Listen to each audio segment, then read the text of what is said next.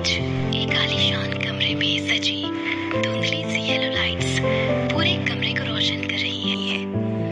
तन्वी एक बड़े से क्लासिक स्टाइल बेड पर बैठे अपने नाइट गाउन के एक सिरे को अपने हाथों में पकड़ी हुई है। यूं तो उसे कभी किसी बात का डर नहीं था, पर अपनी जिंदगी के इस नए मोड़ पर उसका मन आज बहुत घबरा रहा था। वो बेचैन होकर कमरे की दूसरी ओर देखती है, जहाँ से बाथरूम में बहते पानी की आवाज आ रही थी, जिसे सुनकर उसके दिल की धड़कनें और तेज हो रही थी। तभी बाथरूम का दरवाजा खोलकर विद्युत बाहर आता है। उसके लंबे कद और डैशिंग पर्सनालिटी के आगे वो आलीशान सा कमरा भी छोटा नजर आने लगता है। विद्युत को देखते ही तन्वी का दिल जोर से धड़कता है और वो घबराकर बिस्तर से उठ जाती है। आज ही दोनों की शादी हुई है और सामने खड़ा इंसान उसका पति है, जिससे वो पहली बार मिल रही है। विद्युत एक सफेद बाथरोब पहने तन्वी के सामने आता है। उसके बाल अभी भी गीले थे। उसकी बड़ी बड़ी आंखें और पतले से होंठ तन्वी को अपनी तरफ अट्रैक्ट कर रहे थे। इतना खूबसूरत तो वो टीवी में भी नहीं लगता जितना आज रियल में लग रहा है। मिस्टर विद्युत, ये हमारी पहली मुलाकात है। It's my pleasure. मुस्कुराते हुए तन्वी ने विद्युत से कहा। अपने मन में बसी घबराहट को वो अपनी बातों से छुपाने की कोशिश कर रही थी। ये सुनकर विद्युत ने तन्वी की तरफ देखा।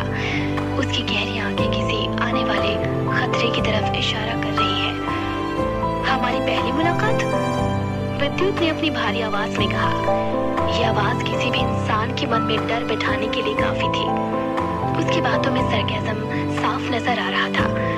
इससे पहले कि तन्वी उसकी बातों का मतलब समझ पाती, विद्युत अचानक से कमरे की लाइट्स ऑफ कर देता है। कमरे में हुए अचानक अंधेरे से तन्वी घबरा जाती है और अगले ही पल उसे महसूस होता है कि किसी ने उसकी कमर को कस के जकड़ लिया हो। तन्वी को बिस्तर पर गिराकर विद्युत धीरे धीरे उसके पास आता है। विद्युत की स्ट्रॉन्ग मैनली सेंट तन्वी को उसके करीब आने का एहसास कराती है। विद्युत तन्वी के पास आकर उसे काफी बुरी तरह ट्रीट करता है। बिना उससे पूछे विद्युत अपनी हरकतों पर उतर आता है। यहाँ तक कि वो तन्वी को हाथ लगाने से पहले उसकी रजामंदी भी नहीं पूछता। उसकी हरकतें देखकर ऐसा लगता है जैसे वो अपना पूरा जोर तन्वी पर आजमा रहा हो। शादी की पहली रात है। विद्युत का ऐसा रवैया देखकर तन्वी को ऐसा लगता है जैसे उसे किसी बात की सजा दी जा रही हो। तन्वी चुपचाप उस तमाशे को सहती रही है। कुछ देर बाद विद्युत के रुकते ही तन्वी बेजान सी होकर बिस्तर की दूसरी तरफ लेट जाती है।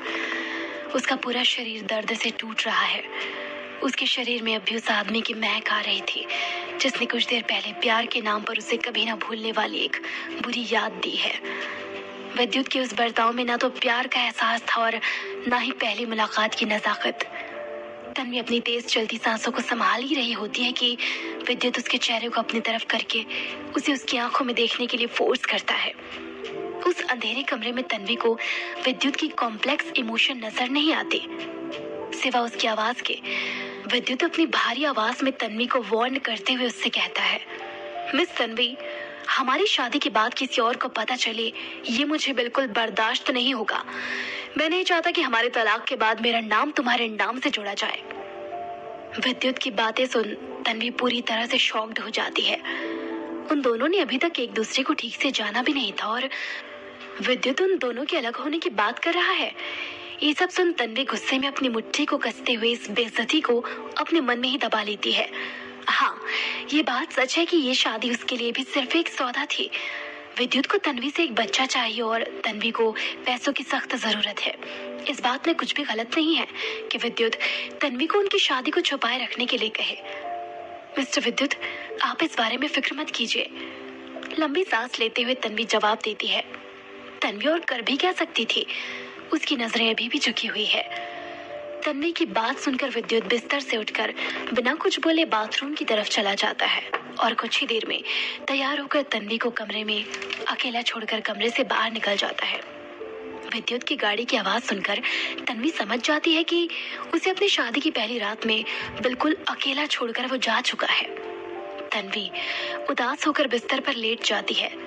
कुछ वक्त बाद वो अपने बगल पड़ी चादर में खुद को समेटकर सो जाती है।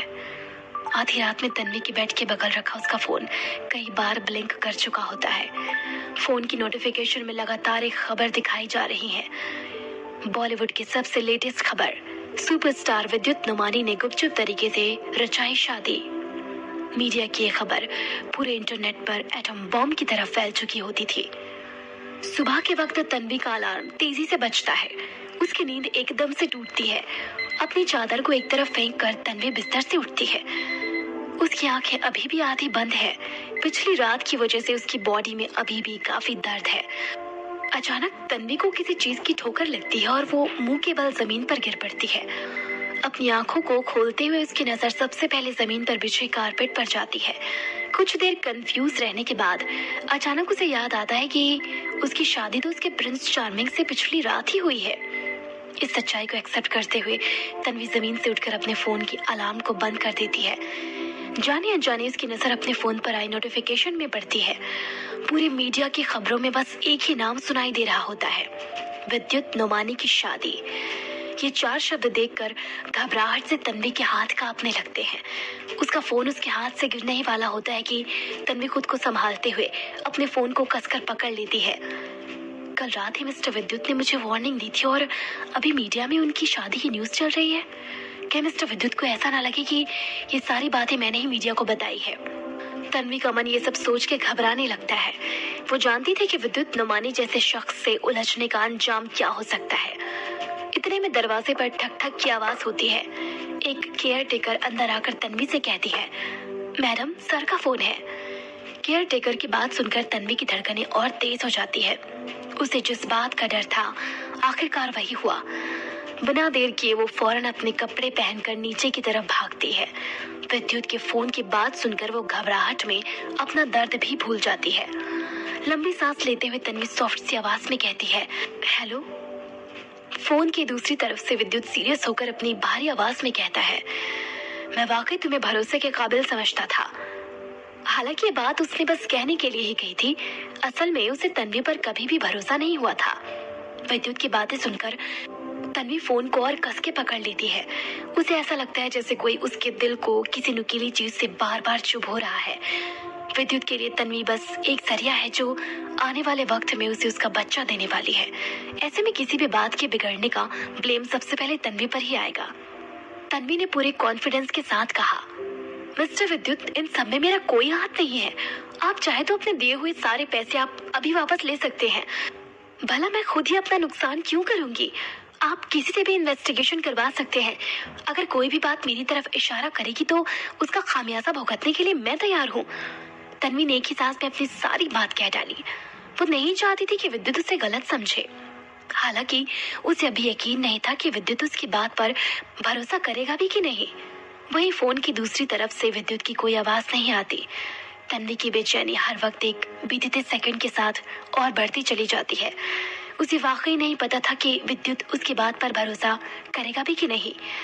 कुछ देर बाद विद्युत ने आखिरकार कहा, मैं पता लगवाता हूँ, पर अगर मीडिया में किसी को भी ये भनक लगी कि तुम्हें मिसेस नुमानी। विद्युत की बात अभी पूरी भी नहीं हुई थी कि तन्वी जल्दबाजी में बोल पड़ी, अगर ऐसा हुआ तो मैं खुद आपके घर से हमेशा हमेशा के लिए चली जाऊंगी। मैं नहीं चाहता कि तुम मेरे फ्यूचर के लिए कोई मुसीबत खड़ी करो। विद्युत ने खुद जवाब दिया, आप फिक्र मत कीजिए, मैं। तन्वी की बात पूरी भी नहीं हुई थी कि विद्युत ने फोन कट कर दिया। तन्वी कुछ देर शांत से अपने हाथ में पकड़े फोन को घूरती खड़ी रही। ये कैसा इंसान है, इसे तो लोगों से बात करने की तमीज तक नहीं। तन्वी ने मन ही मन सोचा और गुस्से में फोन रख दिया। इतने में घर की केयर टेकर तन्वी के लिए दूध का ग्लास लेकर आती है। बगैर कुछ सोचे तन्वी दूध का ग्लास खत्म कर देती है और तैयार होकर अपने ऑफिस के लिए घर से निकल पड़ती है। तन्वी जानती थी कि सुपरस्टार विद्युत नुमानी की शादी की बड़ी खबर सुनकर पूरे मीडिया की भीड़ उसके घर के बाहर ही मौजूद होगी। वो विद्युत को शिकायत का अब एक मौका भी नहीं दे सकती थी। ऐसे में उसने पीछे के दरवाजे से बाहर जाने का फैसला किया ताकि वो रिपोर्टर्स की नजरों से बच सके। जैसे ही तन्वी पीछे के दरवाजे से बाहर जाने के लिए आगे बढ़ रही थी कि तभी अचानक से कई सारे रिपोर्टर्स की भीड़ ने उसे चारों तरफ से घेर लिया। वो सभी उसे मिसेस नुमानी कहकर बुलाने लगे। तन्वी समझ चुकी थी कि ये उसके सीक्रेट का द एंड है।